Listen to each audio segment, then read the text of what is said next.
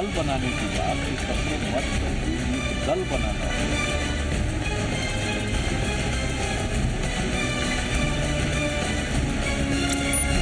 गद्दे ऊपर चढ़ जाना है।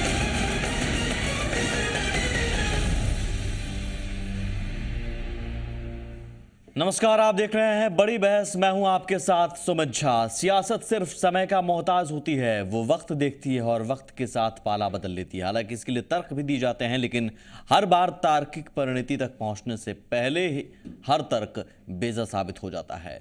देश में समाजवादियों का इतिहास कुछ ऐसा है। आज हम इसी इतिहास और इतिहास के परिप्रेक्ष्य में वर्तमान पर चर्चा करेंगे।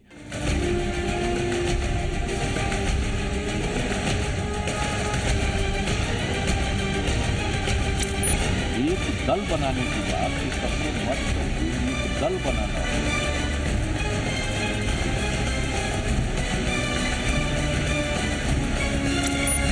गद्दे ऊपर चढ़ जाना है।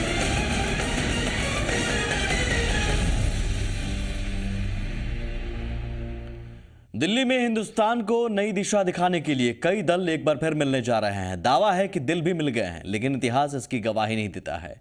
हालांकि इस बार इतिहास ही खुद को दोहरा रहा है। माना जा रहा है कि पुराने जनता दल नए ब्रांड में अवतार लेने जा रहा है। इस औपचारिकता ही रह गई है इस बार, लेकिन समाजवादियों के साथ मुश्किल यही रही कि वो जब भी मिलते हैं औपचारिक तरीके से ही मिलते हैं। जाहिर है नजरें इस पर टिकी हैं कि क्या इस बार समाजवादी नया इतिहास लिख पाएंगे। दिल्ली में समाजवादियों का जुटान देश की दिशा बदलने की कोशिशों का हिस्सा है, या फिर माना जाए कि हालिया हालात में अपनी सियासी तकदीर बदलने की एक कोशिश। जो भी है, अब ये तय है कि लंबी जुदाई के बाद आज की तारीख के धुरंधर समाजवादी नारा देने जा रहे हैं, हम एक हैं। निश्चित रूप से यह स्वागत जो कदम है, और इतना ही नहीं, इसके आगे जितने भी समाजवादी पार्टियां हैं, जनता परिवार हैं, सारे लोगों को विलय करके, सारी पार्टियां को विलय करके, ये जो देश में सांप्रदायिक शक्तियां स्थापित हो गई है, जो देश को तोड़ना चाहती है, समाज को तोड़ना चाहती है, इसके मुकाबले समय का तकाजा बनता है कि जो सेक्युलर ताकतें हैं, धर्मनिरपेक्ष ताकतें हैं, वो सारे एकजुट होकर के देश हित में, समाज हित में एकजुट हों। भारतीय जनता पार्टी के जो इरादे हैं वो खौफनाक हैं, और इसका इस्पाती जो मजबूती है उसके साथ इसका प्रतिकार करने की ज़रूरत है। और जनता दल परिवार से जुड़े राजनीतिक दलों को मिल करके आज पूरे देश में धर्मनिरपेक्ष दलों को एक संदेश देने की ज़रूरत है, और उस दिशा में जो बिहार है उसने पिछले उपचुनाव के जरिए संदेश दे दिया है कि जब हम मिलेंगे तो हमारे सामने भारतीय जनता पार्टी खड़ी होने की स्थिति में भी नहीं है। दरअसल समाजवादी दलों के लिए सिर्फ सियासी रणनीति का हिस्सा नहीं, बल्कि ये मजबूरी का मिजाज भी है। हालांकि बावजूद इसके बीजेपी इस विलय को सिर्फ औपचारिकता नहीं मान सकती, क्योंकि उत्तर प्रदेश और बिहार के विधानसभा चुनाव में बीजेपी की असली अग्नि परीक्षा होने वाली है, और उसे इन तीन समाजवादियों की ताकत का एहसास होना चाहिए। वैसे विलय पर बीजेपी का लहजा अभी भी औपचारिकता भरा ही है, और इन समाजवादियों के बीच कुछ ऐसे बागी भी हैं जो विलय को विनाश की वजह बताते हैं। क्या वो गठबंधन कर लें, महाविलय कर लें, बिहार की जनता ने बिहार की वर्तमान जनता दल सरकार के कुशासन के खिलाफ अपना मन बना लिया है, और जब चुनाव होंगे 2015 में, तो विधानसभा के चुनाव में जनता दल बुरी तरह पराजित होगी। नीतीश कुमार से जानना चाहता हूं कि जो कभी यह कहते नहीं अघाते थे कि बिहारी कहलाना अपमान का विषय जो है हम उसे गर्व का विषय बनाएंगे, तो हम जानना चाहते हैं कि अपमान का विषय किसके चलते था, और जिसके चलते था आज पुनः उसी के यहाँ जा रहे हैं। बिहार के आज 10.5 करोड़ लोगों ने उन पर भरोसा किया, विश्वास करने का काम किया, जिस विश्वास को आदरणीय नेता नीतीश कुमार जी तोड़ने का काम कर रहे हैं, बिहार को ठगने का काम कर रहे हैं। 22 दिसंबर को समाजवादी मिजाज वाले नेता मोदी सरकार के खिलाफ दिल्ली में महाधरना देने जा रहे हैं। इनकी एकता के जन प्रदर्शन का ये पहला मौका होगा, लेकिन नतीजा सिर्फ जनता ही बता सकती है। रुपेंद्र श्रीवास्तव के साथ ब्यूरो रिपोर्ट, जी मीडिया, पटना। आपको हम आज के पैनल से परिचय करवा दें। हमारे पैनल में जो मेहमान हैं, उषा विद्यार्थी, बीजेपी विधायक हैं आप, मंटू जी हैं हमारे साथ, मंटू सिंह जेडीयू विधायक, हमारे साथ प्रोफेसर अभिनंदन सुमन हैं, आरएसपी प्रवक्ता, सरबत जहां फातिमा जी हैं, कांग्रेस नेता। सबसे पहला सवाल मंटू जी आपसे, मिलन की बेला आ गई है और ये बेला आ गई है तो क्या ये माना जाए कि इस बार जो मिलन होगा वो टिकाऊ होगा? क्योंकि इतिहास गवाह है, जब जब आप लोग मिले कुछ ही दिनों बाद टूट गए। निश्चित रूप से मिलन टिकाऊ होगा और सभी दल के लोग, जो भाजपा के लोग देश को बरगला कर वोट ले लिए और देश की स्थिति वहीं के वहीं रह गई है, इसके लिए मिलन हो रहा है, गठबंधन हो रहा है।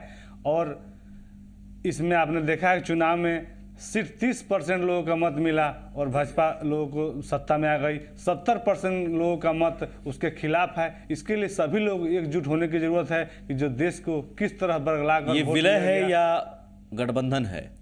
विलय होगा, अब तो गठबंधन है, तो विलय होगा। सभी विलय होगा यानी कि एक पार्टी होगी, एक पार्टी बनेगी, एक चिन्ह, चुनाव चिन्ह होगा, सब लोग एक बैनर के तले देश को आगे ले जाने के लिए मिलकर चलेंगे। अच्छा ठीक है, तो क्या नेतृत्व का सवाल भी सुलझ गया है? नेतृत्व कौन करेगा ये भी तय हो चुका है?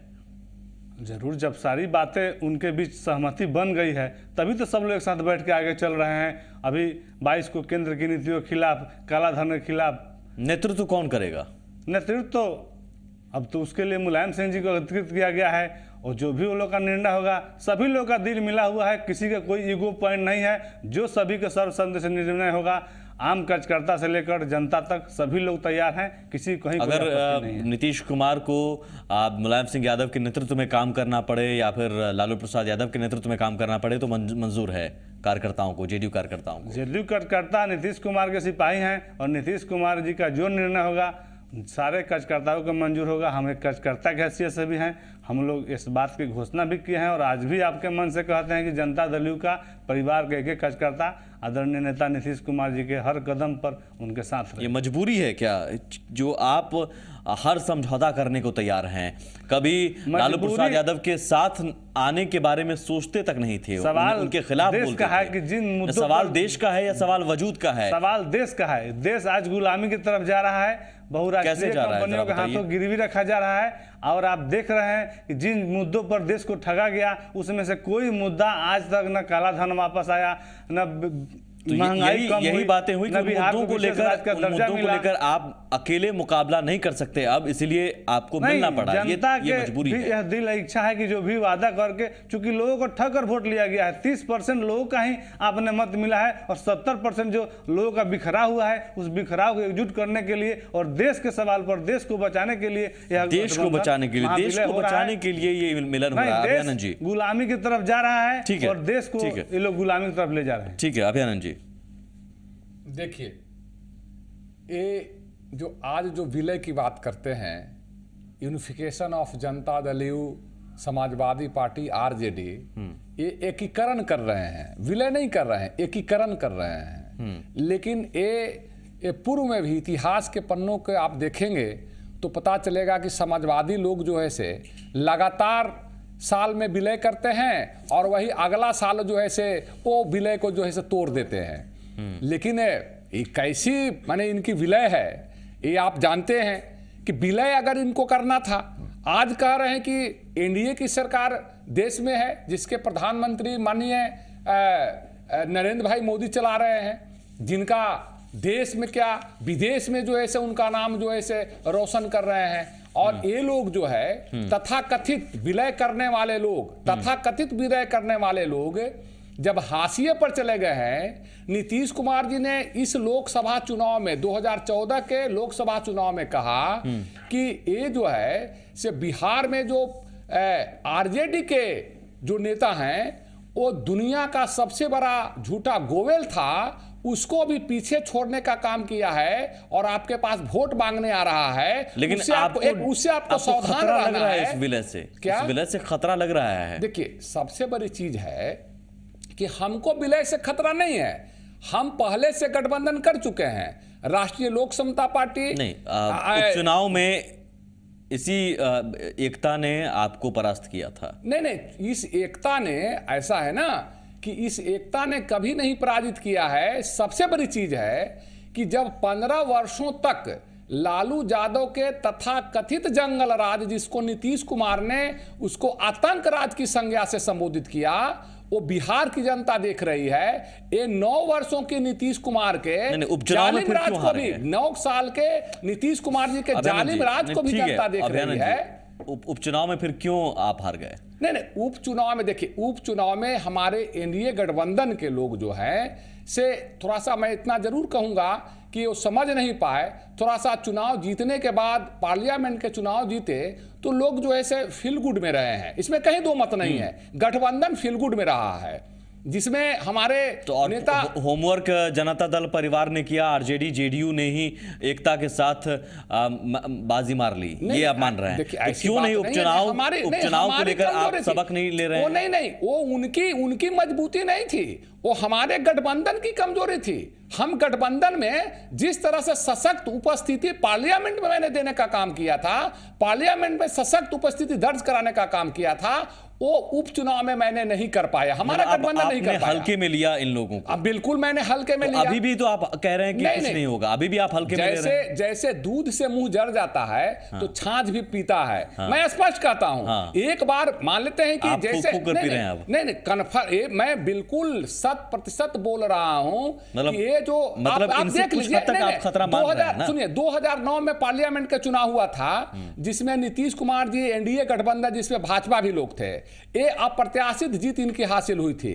और उसी विधानसभा में जो खाली हुए थे 14, 15, 16 सीटें, उस विधानसभा के उपचुनाव में चारों खाने जो है उस समय भी एनडीए जीत हो गई थी। लेकिन क्या उसका, मैडम मैं इसी पर आऊंगा, क्या हुआ था फिर जो है 2010 में चुनाव हुआ, 2010 में जब 2010 में चुनाव हुआ विधानसभा के, मैं देखिए उपचुनाव एक बहुत बड़ा सबक है आपके लिए भी। अगर आप कह रहे हैं कि फूंक फूंक कर आप छाछ भी पिएंगे दूध का चला, तो जाहिर तौर पर आप आने वाले दिनों में भी इस महाविलय को, विलय से आप कह रहे हैं कि हार गए, कमजोरी आपकी रही कि आपने विलय, उस समय इनका विलय नहीं हुआ था, उस समय गठबंधन में नहीं आए थे। ठीक है, गठबंधन आरजेडी जेडीयू एक साथ मैदान में, उस समय इनका गठबंधन था, विलय नहीं था। नहीं ठीक है गठबंधन, लेकिन गठबंधन को आपने हल्के में लिया, इस वजह से आप हार गए। ठीक है, वो तो मैं, लेकिन अब महाविलय को क्या आप हल्के में ले रहे हैं? नहीं, महाविलय को मैं हल्के में नहीं ले रहा हूँ। ये एकीकरण कर रहे हैं, एकीकरण जो भी कर रहे हैं आप हल्के में ले रहे हैं? नहीं, हल्के में इसको मैं नहीं ले रहा। मान रहे हैं कुछ खतरा इससे? नहीं, खतरा नहीं है। मैंने अगर ये गठबंधन कर रहे हैं या विलय कर रहे हैं तो उसमें हम और ज्यादा सशक्त हो रहे हैं, इसलिए मैं कह रहा हूं कि नहीं, आप खुद अपनी बात कह रहे हैं कि आप हल्के में नहीं ले रहे हैं।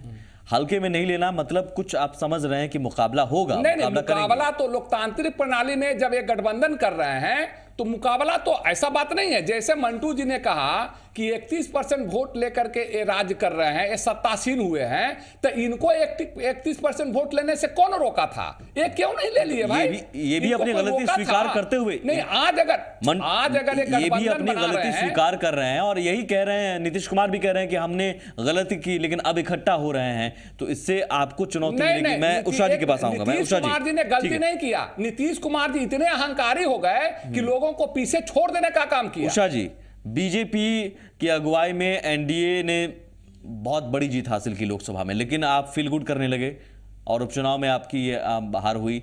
और क्या इस बार भी फील गुड है या फिर आप गंभीरता से ले रहे हैं इस महाविलय को? हमने उस समय भी फील गुड में नहीं थे। अभियानंद जी गलत बोल रहे हैं क्या? नहीं, अभियानंद जी की अपनी सोच है।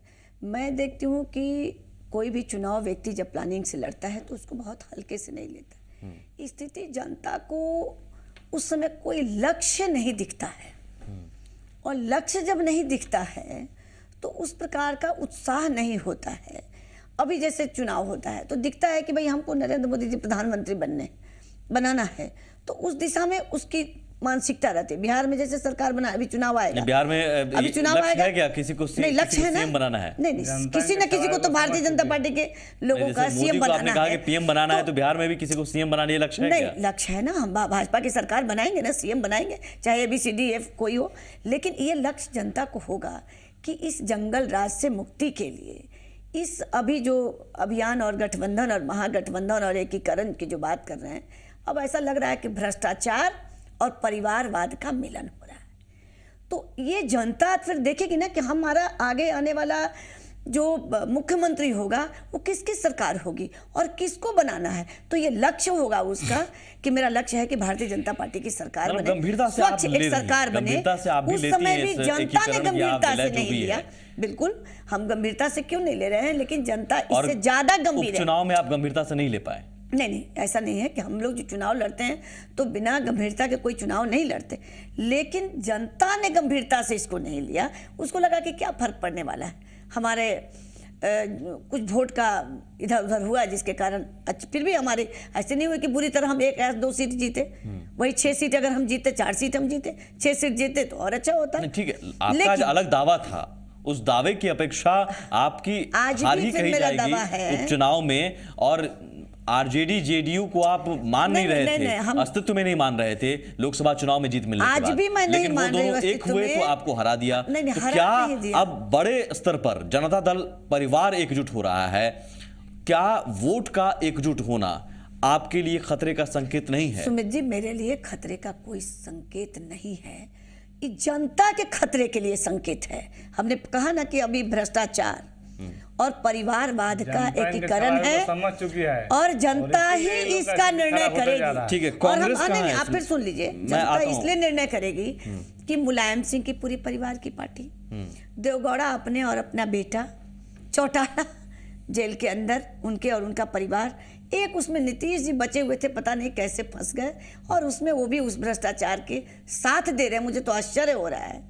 आज हम एक दो मुद्दों को आपने उठाया, भ्रष्टाचार और परिवारवाद मुद्दों को लेकर मैं आऊंगा। इसलिए बिहार और जाहिर तौर पर कोई भी गठबंधन या विलय होता है तो एकीकरण या जो कुछ भी विलय होता है अभी स्पष्ट नहीं है, लेकिन मुद्दे क्या है, एजेंडा क्या है? मैं आता हूं एक छोटे से ब्रेक के बाद, एक छोटा सा ब्रेक लेना होगा। लेकिन सवाल कांग्रेस को लेकर भी, कांग्रेस अभी आरजेडी जेडीयू के साथ है, क्या इस विलय में कांग्रेस भी पीछे पीछे चलेगी या फिर पीछे पीछे चलना उसे मंजूर होगा? एक छोटा सा ब्रेक।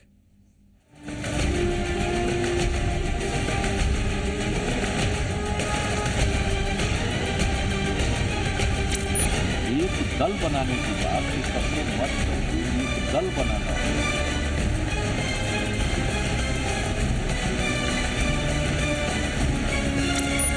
गद्दे ऊपर चढ़ जाना है।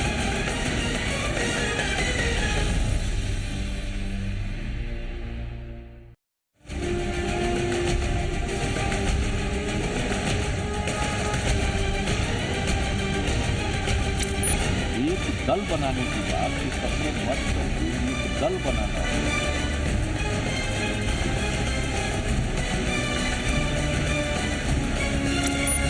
गद्दे ऊपर चढ़ जाना है।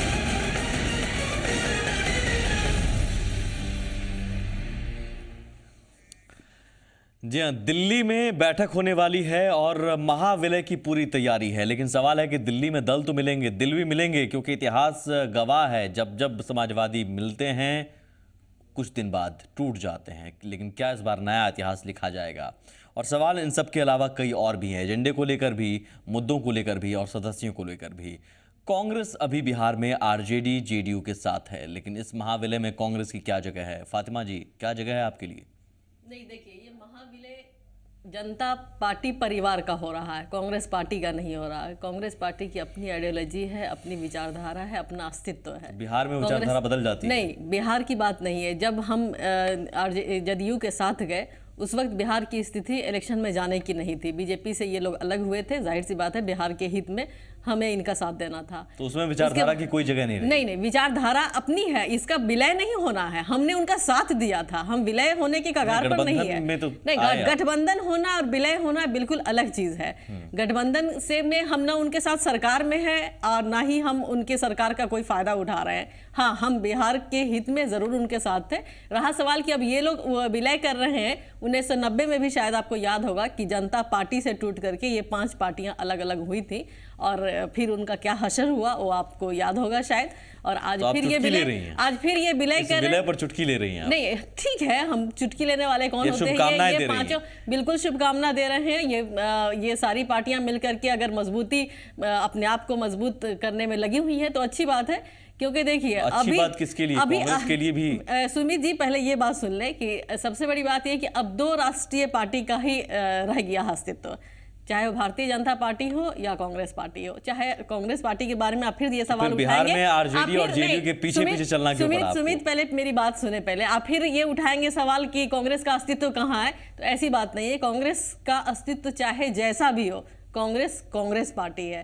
कांग्रेस पार्टी को मिटाना मतलब हिंदुस्तान को मिटाने जैसा बात होगा। ये ठीक है, वो एक बात कह रहे हैं कि कांग्रेस को माइनस करके कोई भी सेकुलर फ्रंट या कोई भी देश बचाने वाले फ्रंट जो ये लोग बता रहे हैं, जिस तरह की परिभाषा दे रहे हैं, कांग्रेस के बगैर कुछ हो ही नहीं सकता है। गैर कांग्रेस के बगैर कुछ नहीं हो सकता, कुछ भी नहीं हो सकता है, चाहे जितना मंटू जी, भी कांग्रेस के बगैर आप कर ले। कांग्रेस के बगैर आप क्या समझ रहे हैं कि जनता दल परिवार एकजुट हो जाएगा? कांग्रेस के बगैर आप मोदी से मुकाबला कर लेंगे? तो इनका अपना मानना है, लेकिन आप ही ने कहा कि समाजवादी इतिहास में एक साथ नहीं रहे हैं, लेकिन ये भी इतिहास है कि जब एक साथ हुए हैं तो इतिहास बदला भी है, इतिहास लिखाया भी है। ये भी एक सत्य है कि जब समाजवादी एक साथ हुए हैं तो देश में परिवर्तन हुआ है। लेकिन इस बार वर्तमान की तस्वीर कुछ और है मंटू जी। बिहार में आप कांग्रेस के साथ हैं। बिहार में जब हम राजद और जदयू मिल गया तो लोग इतना कांग्रेस को छोड़ दीजिए फिर बिहार में। नहीं, कांग्रेस उपचुनाव हुआ तो पता नहीं चला। नहीं, बिहार में कांग्रेस के साथ छलाओं की हकीकत समझ चुकी है मंटू जी। नहीं, मुझे ये बताइए, बिहार में कांग्रेस के साथ भी रहेंगे?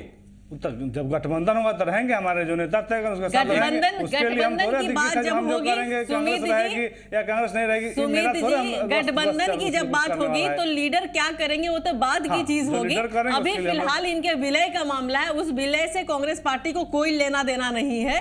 कांग्रेस पार्टी अपनी विचारधारा, अपने आइडियोलॉजी, अपने अस्तित्व के साथ जिंदा है और इसी के साथ रहेगी। हाँ, जब गठबंधन का सवाल आता है फिर लीडर ऊपर में क्या करेंगे वो बात बिल्कुल अलग है। गठबंधन होना और विलय होना अपने मुद्दों को लेकर गठबंधन से अलग भी हो सकती है। गठबंधन, हाँ बिल्कुल, गठबंधन होना और विलय होना ये दोनों अलग बातें हैं। नहीं, मेरा सवाल का जवाब मैं फिर से चाहूंगा कि अपने मुद्दों को लेकर कांग्रेस किसी तरह का समझौता नहीं करेगी। नेतृत्व के सवाल हो या मुद्दों का सवाल हो, समझौता करने के बजाय वो अलग हो जाएगी गठबंधन से, अकेले भले ही चुनाव लड़ेगी। हमें लगता है कि अगर इस तरह का सिचुएशन क्रिएट होगा आने वाले दिनों में तो जरूर कांग्रेस पार्टी कोई फैसले लेगी। हमें इनके विलय से कोई आपत्ति नहीं है। इनकी जब आइडियोलॉजी मिल रही है, इनके नेतृत्व की सारी सहमति बन गई है, बिहार में आपके साथ हैं और दिल्ली में आपके खिलाफ, आप बीजेपी के खिलाफ एक फ्रंट बन रहा है। दिल्ली में ये क्या कर रहे हैं या इनका विलय होने के बाद इनका क्या होगा, ये इनका मामला है, हमारा नहीं। हम अपने आपको भी तो मुकाबला देने की तैयारी हो रही है। नहीं, ठीक है, मुकाबला जब देंगे तो हम इनके सामने, हम मुकाबले के लिए तैयार हैं। कोई कांग्रेस पार्टी पीछे हटने वाले में से नहीं है। मुकाबला कैसे देंगे, सब साथ साथ ही। जब बिहार में तो अभी साथ है सुमित जी, सजाने का अभी साथ भुगतना पड़ेगा कांग्रेस को, अलग-अलग कैसे हैं? कांग्रेस को क्या करना पड़ेगा ये तो देखने वाली बात होगी, लेकिन अभी फिलहाल हम इनके साथ गठबंधन में जरूर है। विलय होने की बात हम नहीं कर सकते। नहीं, ठीक है, लेकिन अभी आप कांग्रेस की बात आएगी, कांग्रेस साथ में है तो बीजेपी को भी 8 साल का जवाब देना पड़ेगा जनता को। यूं नहीं हट जाएंगे। मोदी जी को चेहरा रख करके आप जरूर सेंट्रल में इलेक्शन लड़ रहे हैं, लेकिन बिहार की तस्वीर अलग है। बिहार में भी आपको एक लीडर लाना पड़ेगा, बिहार को सामने लाना पड़ेगा, बिहार में एक सीएम का रेस देना पड़ेगा। और बिहार में ठीक है, बीजेपी देने का नाम बताएगा भारतीय जनता पार्टी। मैं एक सेकंड पाबंदी लगा दी गई। मैं दरअसल समझना चाह रहा हूँ,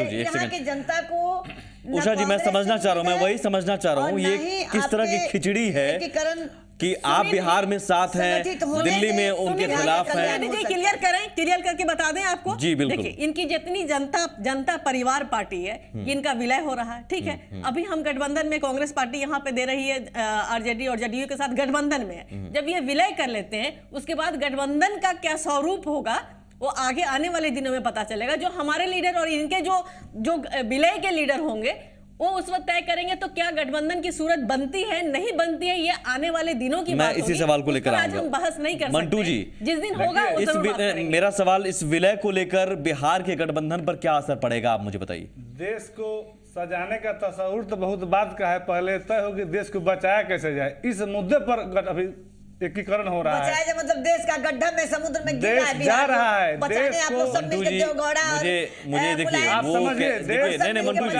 प्लीज मैं तर्कों पर आऊंगा। मैं सर बात कीजिए, देश को मेरे मंच में तर्क सर एकीकरण से इन लोग, मैं उन मुद्दों पर नहीं जाऊंगा सर प्लीज। उषा जी डरे हुए हैं, छोड़ दीजिए। उषा जी मैं भी समझाना चाह रहा हूँ। मंटू जी एक सेकंड मंटू जी प्लीज, मेरा सवाल देखिए यहाँ जो मेरी बहस का मंच है इसमें तर्क हैं, तर्क आप दीजिए तो स्वागत है सर।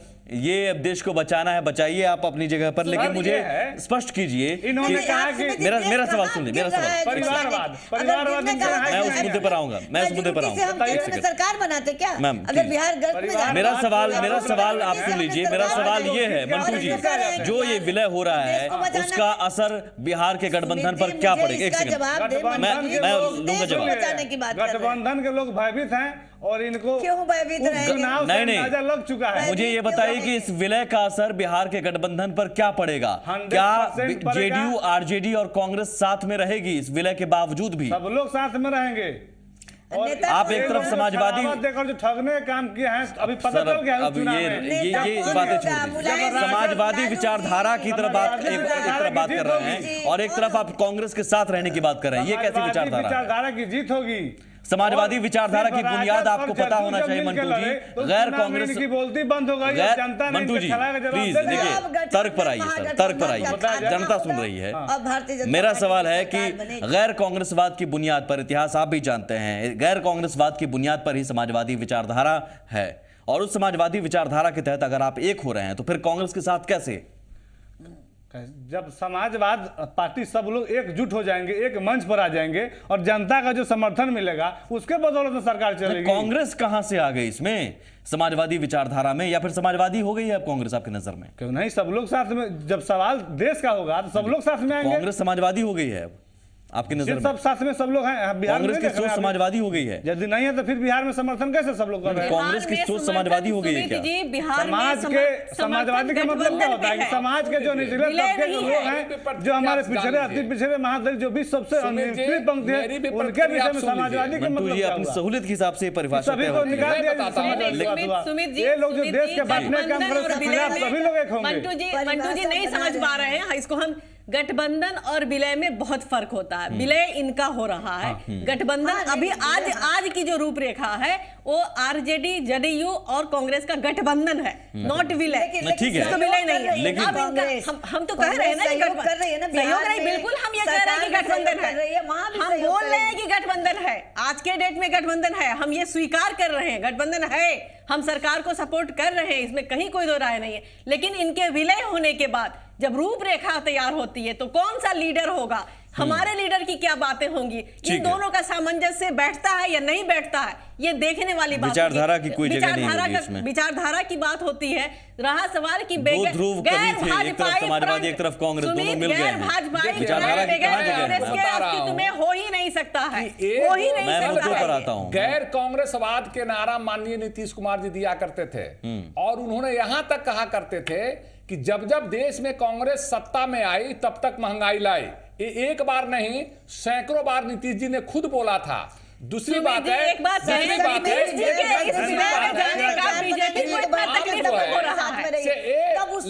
लालू यादव जी ने, इस तरह से भ्रष्टाचार ने उस समय तो नहीं थे, लालू यादव जी ने प्रधानमंत्री अभी तो सभी जेल से बेल पर आए हुए हैं। मैं मुद्दों पर आता हूँ। एजेंडा क्या होगा सर मंटू जी? इलेक्शन कमीशन पे रोक लगा दिया है चुनाव लड़ने से। एजेंडा क्या होगा आपका? सिंपल एक लाइन सिर्फ, नीतीश जी के इस विलय में जाने पर बीजेपी को इतनी क्यों तकलीफ हो रही है? आप भी कह रहे हैं कि देश को बचाने के नाम पर जो कर रहे हैं वो कर रहे हैं, आपको भी दिक्कत हो रही है, आपने भी दिक्कत जाहिर की है। आपने ये नहीं कहा, आप चैनल में बुलाया, हम लोग बोल रहे हैं बिल्कुल कह रहे हैं कि विलय के बाद ठीक है। मैं मुद्दों पर आता हूँ, मैं आपके पास तकलीफ में नहीं है, मैंने उनके बात का जवाब दे रहे थे कि बीजेपी के लोग तकलीफ में, आपने मुझे चैनल पर बुलाया, मैं अपने विचारों को रख लूं। नहीं ठीक है, लोकतंत्र में अपने अपने विचार रखे जाते हैं, खदेड़ चुके हैं हम लोग। एजेंडा आपका क्या होगा इस विलय का?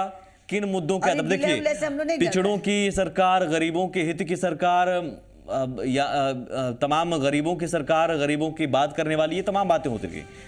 मार्केट में जब कोई नया प्रोडक्ट आता है तो लोग जानना चाहते हैं कि भाई इस प्रोडक्ट में नया क्या है। तो आप मोदी सरकार के मुकाबले क्या नया देंगे इस एजेंडे में? इस विलय का एजेंडा होगा क्या? विलय का एजेंडा होगा कि मोदी सरकार ने जो झूठी घोषणाएं की, उसको जमीन नाम पर लाना बताइए। काला धन लाना है, ठीक है। युवाओं को रोजगार देंगे और 1 साल के रोजगार बंद कर दिया गया। बिहार को विशेष राज्य का दर्जा देंगे और 100 दिन में काला धन लाएंगे, महंगाई कम करेंगे, भ्रष्टाचार खत्म करेंगे। और कोई भी मुद्दा परिवारवाद की इन्होंने बात कहा, इनके दल में जितना परिवारवाद है, जब भाजपा में उतना परिवारवाद की सभी परिवार से चल रहे ब्रेक लेंगे। लेकिन इस एजेंडे में कुछ नयापन नहीं है, वही बातें बीजेपी भी करती रही है, वही बातें कांग्रेस भी करती रही है। और इस विलय के बाद भी अगर यही बातें होती है तो जनता इस विलय की तरफ क्यों आएगी, ये बड़ा सवाल है। सपना दिखाएगा, उससे जनता को जागरूक करना है।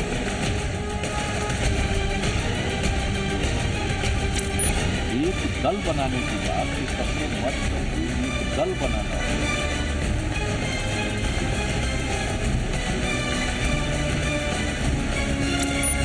गद्दे ऊपर चढ़ जाना है।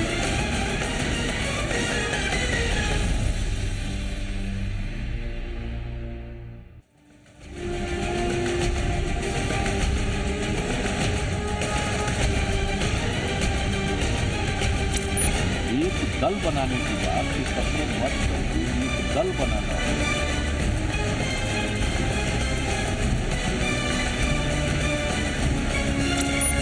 गद्दे ऊपर चढ़ जाना है।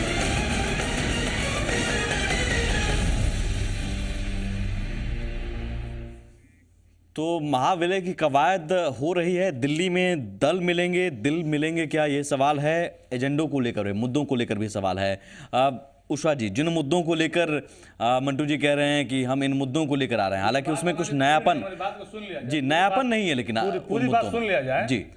आप पूरी बात मेरी सुन लीजिए। ये बोल रहे हैं अभी झारखंड का चुनाव हो रहा है कि झारखंड में मोदी जी को लाइए और आगे बढ़ाइए झारखंड को। अब बताइए इससे बड़ा धोखा क्या हो सकता है? मोदी जी जो देश के प्रधानमंत्री हैं, क्या झारखंड के मुख्यमंत्री बनने आएंगे? और जब उनको लाना है, जब क्या झारखंड या कोई भी राज्य देश से अलग है, जब विकास ही करना है, आप प्रधानमंत्री बने, तब क्यों नहीं विकास कर रहे झारखंड का, बिहार का, हरियाणा का, गुजरात का, जिस भी राज्य का? आप विकास क्यों नहीं कर रहे हैं? आप सिर्फ लोगों को ठग रहे हैं। इनको सिर्फ सत्ता चाहिए और कुछ नहीं चाहिए। किसी तरह इन करें सत्ता चाहिए और इसी धोखाबाजी से जनता को सत्ता के लिए राजनीति होती है मंटू जी, सत्ता के लिए राजनीति सभी करते हैं।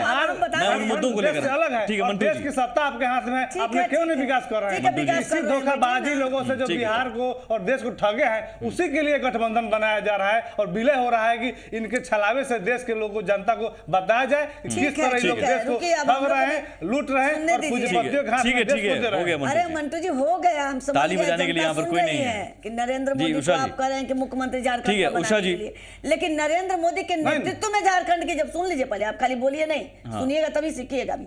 जब झारखंड के सरकार जहां बनेगी नरेंद्र मोदी के नेतृत्व में, तो उनके मन लायक वहां का मुख्यमंत्री होगा। दोबारा ठगने की बात हो गया, जब एक बार ठग चुके हैं, झारखंड का विकास कीजिए। तो सुनिए ना, झारखंड देश में नहीं है, बिहार देश में। झारखंड कहां जा रहा है?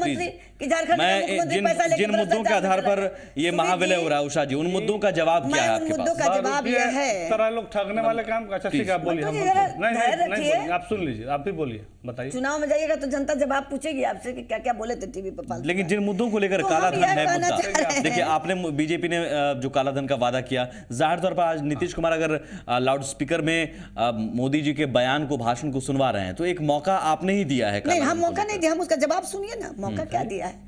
आप आजादी के 67-68 साल कांग्रेस का, बीच में बीपी सिंह और 4 साल बीजेपी की सरकार रही, इसमें जनता सवाल नहीं पूछ रही है और आपने सवाल नहीं पूछा कि क्या क्या किया। उतना समय नहीं है कि मैं बता सकती हूँ। और मात्र 5-6 महीना हुआ है, आपके पास जब कोई मुद्दा नहीं है तो काला धन की तो जांच चल रही है। काला धन के बारे में ऐसा नहीं कि काला धन का मुद्दा हमारा समाप्त हो गया। आपके पास जब कोई मुद्दा नहीं है नरेंद्र मोदी जी के लिए बोलने के लिए, आप शांत रहिए पहले। जब कुछ भी चीज नहीं है, कोई भी चीज करने के लिए हम विजिलेंस से जांच कराते हैं, सीबीआई से जांच, जब उसकी प्रक्रिया चल रही है ना। आपने 100 दिन की बात कही थी, 5 साल के बाद, 5 साल के बाद नहीं, 6 महीने 4 महीना तो अभी हुआ ही है। वही बोल दीजिए, एक समय पर देश सुन रहा है, समय पर देश को यही दिन के अंदर देश बहुत धैर्य से देख रहा है कि जब इतने साल लेकिन उषा जी देखिए ये मौका आप नहीं दिया, चुनाव से पहले आपने 100 दिन के अंदर कहा कि कालाधन कभी भी 100 दिन के अंदर नहीं कहा, 100 दिन के अंदर प्रक्रिया नीतीश कुमार आप बोलिए, हम चुप रहते हैं, या तो सुनने दीजिए नहीं तो आप बोलिए। नहीं फालतू का बात ऐसे ही क्यों कर रहे हैं आप? समय दीजिए, हम सुन रहे हैं। आप बोलिए, हमको जब समय मिलेगा तभी हम बोलेंगे। आप बोलिए, मुख्यमंत्री जब बन जाएंगे, मेरे बात सुनिए, पंचायत के मुखिया तक बना दीजिए, हम पंचायत समिति तब विकास पूरा हो जाएगा। मत बोलिए, हम तो मत का बात है, बात मत करिए, तो दलीली करना है तो हम चले जाएंगे टीवी से। आप बताइए, नहीं आप सुनिएगा कि चलो सुनाइए। कालाधन कब तक लाए, पता आप ही बोल दीजिए, कब तक कालाधन लाएंगे, दादा बनेंगे तब ले आएंगे। कब तक? अच्छा ठीक है, प्लीज समय एक सिम बताइए, एक साल जवाब दे दीजिए। देखिए पूछने वाले आपकी क्या औकात है, एक विधायक है, क्या आपको बताया जाएगा? चैनल पर ऐसा मत कीजिए। प्लीज जनता पूछ रही है, देश की जनता आपसे पूछ रही जनता को हम बता रहे हैं, विधायक नहीं, हम जनता की हैसियत से पूछ रहे हैं। हम जनता का ही जवाब सुमित जी के माध्यम से दे रहे हैं। आप थोड़े धैर्य आम रखिए। जनता के साथ बताइए, आप बताइए, आम जनता मंटू को जी बताइए। प्लीज। ठीक है, थैंक यू। ऐसा लग रहा है जैसे आप एकदम हमको हिसाब किताब ले रहे हैं। ठीक है उषा जी, मैं जवाब दे रहा आप हूँ। जो जनता के प्रतिनिधि हैं, वैसे जनता के बारे में हमको भी चिंता है और हमको भी जवाब देना है। सुमित जी के माध्यम से टीवी चैनल में बैठे हैं तो बोलने का वक्त दीजिए। बारी बारी से, ठीक है। हमने यही कहा कि नरेंद्र मोदी जी ने कहा था कि काला धन वापस ले आएंगे, या जितनी बातें कही, युवाओं को नौकरी देंगे, रोजगार बढ़ेगी, अमन चैन आएगा, सभी बातों को चर्चा किया।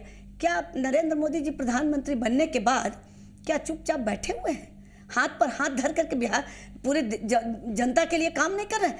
आप देश विदेश सभी जगह अगर केवल एक चर्चा है तो नरेंद्र मोदी की चर्चा। जब कोई चर्चा आपको नहीं मिल रहा है तो काला धन आप बताइए, ये तरीका नहीं है पूछने का। काला धन के लिए चर्चा चल रही है, काला धन का बैंक, आप एकदम शांत रहिए, काला धन का अकाउंट भी आ गया है। एक सेकंड काला धन मैं बारी बारी से मैं हमको पूछने दे, आप बोलिए ना। ठीक है उषा जी, उषा जी अब काला धन के बारे में अगर काला धन को लेकर आज सवाल पूछ रहे हैं तो इस सवाल कांग्रेस से आपने क्यों नहीं पूछा, जिस कांग्रेस के साथ हैं आप? काला धन हम नहीं कहाँ ला रहे हैं, पहले मेरी बात नहीं, आप पूरी बात फिर जनता कहेगी कि हमने जवाब नहीं दिया। आप काला धन का लिस्ट आया हुआ है, आपको लाया और आपने कहा कि 100 दिन में लाएंगे, ठीक है, इसलिए आपको जनता लाई है। नहीं आज आप कांग्रेस के, आज आप फिर आपके पास कोई मुद्दा नहीं है तो काला धन, काला धन नहीं कहा लाई थी मंटू जी। 100 दिन में कल कहीं अखबार में हमने देखा कांग्रेस काला को धन लेकर भी आपने बड़े-बड़े लोगों का आज उस कांग्रेस के साथ हैं आप। ये अवसरवादी राजनीति नहीं है क्या? जेटली जी का कल आपने स्टेटमेंट देखा होगा, आपने भी तो कांग्रेस पर सवाल उठाया था। हम कुछ नहीं कह सकते, हम चैनल में आके सारे चीज को नहीं बोल सकते, लेकिन अरुण जेटली जी जो वित्त मंत्री हैं, नहीं लोग जनता के मुद्दे से भाग रहे हैं, ऐसे मत बुलाइएगा हमको, ऐसे में मत बुलाइएगा एकदम प्लीज।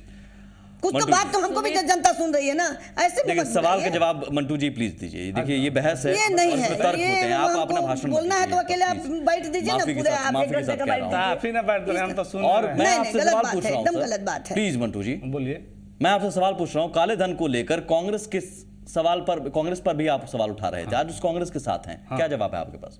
क्या जब यदि काले धन पर या सारे मुद्दों पर यदि वो काम की रहती तो लोग ने आप पर क्यों भरोसा करके आपको दिया है वोट? लोगों ने सरकार आपकी ना, जिसकी सरकार उसकी गैर भरोसेमंद पार्टी के साथ आप क्यों गए? आप क्यों आपको जरूरत पड़ी? क्या अवसरवादी राजनीति नहीं है कि आप उस पार्टी के साथ जा रहे हैं जिस पार्टी को लेकर और आपने जो वादा किया उसको पूरा नहीं कर रहे हैं, तब ना महाविलय हो रहा है। कांग्रेस ने भी तो पूरा नहीं किया। जनता को हम बताना चाहते हैं मुताबिक कांग्रेस ने भी पूरा नहीं किया होकर कि इन सारे मुद्दों को आपके जनता के बीच में आपने क्या वादा किया, आप इसको कितने दिन ले आए, लेकिन ये महाविलय का आधार क्या है? महाविलय का आधार काला धन है, काला धन है और जब काला धन है नहीं, या महाविलय अगर होगा तो जनता को आपको सपने भी दिखाएंगे। गरीब आदमी कांग्रेस वाले मैं फातिमा जी के पास जाता हूं। ठीक है, मुद्दे हैं जो क्या इन मुद्दों के आधार पर क्या ऐसा है कि देश को बचाना है, इन मुद्दों को आधार पर विलय है? क्या ये अवसरवादी राजनीति नहीं है? सुमित जी केवल इन्हीं को एक दिन बुला करके पूरा सुन लीजिएगा कि आखिर जनता दल ने क्या नीतियां निर्धारित की, जो वादा किए हैं उन सारे वादों पर क्या जवाब? प्लीज ठीक है सुमित जी, कई सारे सवालों का जवाब लगता है अब एक बार देना पड़ेगा। जल्दी से। उषा जी इतना इरिटेट हो रही हैं, उनको इतनी इरिटेशन की जरूरत नहीं थी, थोड़ा उसको शांति से भी दिया जा सकता था जवाब। ठीक है, साथ साथ एक भी बताया, 60 साल की बात तो कह रही थी उषा दी की 60 साल कांग्रेस ने हुकूमत की, हाँ ठीक है 67 ईयर हमें मौका दिया था जनता ने, जाहिर है कुछ खूबियां रही होंगी तभी मौका दिया होगा। आपको भी 4 साल मौका दिया था, क्यों फिर बाहर कर दिया? ये बात है, आप इसकी शिकायत ना करें कि 67 साल आपने क्यों हुकूमत करी। जनता ने चुना था तभी हम आए थे। आज जनता ने हमें बाहर किया है, हम बाहर बैठे समय कम है, मैं इसलिए मैं बीच में रुक जाएगी आपके बात। मेरा जो छोड़िए, आरोप प्रत्यारोप चलता रहेगा। मेरा जो सवाल है सुन लीजिए। मेरा सवाल ये है कि जिन मुद्दों को लेकर ये महाविलय हो रहा है, क्या उन मुद्दों को लेकर आपका भी समर्थन है? देखिए, मेरा समर्थन, हमारा कांग्रेस पार्टी का समर्थन सिर्फ इस बात से है कि कांग्रेस पार्टी वाकई जनता के साथ है और बिहार के मुद्दों को लेकर के है। बिहार के मुद्दों को लेकर के अगर जवाब देना पड़ेगा या मांगना पड़ेगा केंद्र से तो हम जरूर मांगेंगे। रहा सवाल की केंद्र की सरकार, तो इनके एनआरआई प्रधानमंत्री जी, एनआरआई प्रधानमंत्री जी को फुर्सत ही कितनी मिलती है कि वो हिंदुस्तान के प्रॉब्लम्स को देख बचाना है। ये जो बात हो रही है, क्या वाकई देश बचाने वाली बात आपको लग रही है? 100 दिनों का वादा, 100 दिनों का वादा रिकॉर्डेड है सुमित, रिकॉर्डेड है। ऐसा नहीं है कि 100 दिनों का बचाने वाली बात कुछ है क्या? नहीं, देश को बचाने वाली बात नहीं, देश को संवारने वाली बात है। देश को बचाना है, देश को संवारना है, साथ साथ बिहार की तरक्की सबसे बड़ी बात है। मैं भी अपना प्रतिक्रिया दे रहा हूं। नेतृत्व करेगी यहाँ गठबंधन का। सुमित जी 1 मिनट, गठबंधन का नेतृत्व करेगी कांग्रेस। सबसे पहली बात, हमारे अध्यक्ष ने बहुत पहले कह दिया था कि आरजेडी और जदयू जो पूरा एक महाविलय कर रहे हैं, उससे बेहतर होता कि कांग्रेस पार्टी के साथ विलय कर लेते, कांग्रेस नेतृत्व करती, क्योंकि कांग्रेस का जो अनुभव है लीडरशिप का वो शायद अगर ऐसा नहीं होता है तो क्या कांग्रेस अलग हो जाएगी? हो सकती है पॉलिटिकल पार्टी है, कुछ भी कर सकती है। हमें अपने अस्तित्व का खतरा नहीं है। खतरा जिन पार्टियों को है वो महाविलय कर रही है। कांग्रेस पार्टी की अपनी आइडियोलॉजी है, अपना विचारधारा, उससे कोई समझौता नहीं हो सकता। देखिए, इनका जो विलय है ना, वो पराजित हुए सिपाहियों का विलय है। और ये लगातार जो है से इतिहास रहा है कि पराजित सिपाही जो होते हैं ना, वो आपस में गठबंधन करते हैं या विलय करते हैं, वो फिर जो है पराजित सिपाही उपचुनाव में आपको हरा चुके हैं, तो आप हल्के में ना लें। नहीं, ऐसा कैसे है? नहीं, वो गठबंधन, उसमें उनका गठबंधन था, अब विलय कर रहे हैं, इसलिए वैसा नहीं है। लेकिन हल्के में नहीं ले रहे हैं आप। नहीं, हल्के के मैं बता रहा हूं ना, मेरा गठबंधन सशक्त है। मेरा जो है भाजपा, लोजपा और राष्ट्रीय लोक समता पार्टी का गठबंधन सशक्त है। इसके एवज में ये जितना भी विलय महाविलय कर ले, लेकिन ये जो ऐसे पराजित होते ही रहेंगे। चलिए, जनता पराजित करेगी। बहुत शुक्रिया आप सभी का, बहुत शुक्रिया। मंटू जी, समय कम है, बहुत शुक्रिया, माफी के चाहें। ठीक है, मंटू जी को हम बुलाएंगे अब। अच्छा, इतना गुस्सा होने की जरूरत नहीं है। बहुत शुक्रिया। महाविलय जनता तय करेगी कि महाविलय का क्या हश्र होगा, और सबसे ज्यादा जरूरत है कि महाविलय टिके, एकजुटता टिके। नमस्कार।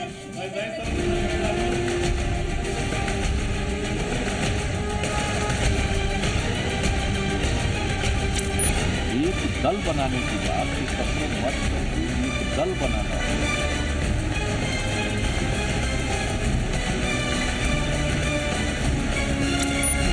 गद्दे ऊपर चढ़ जाना है।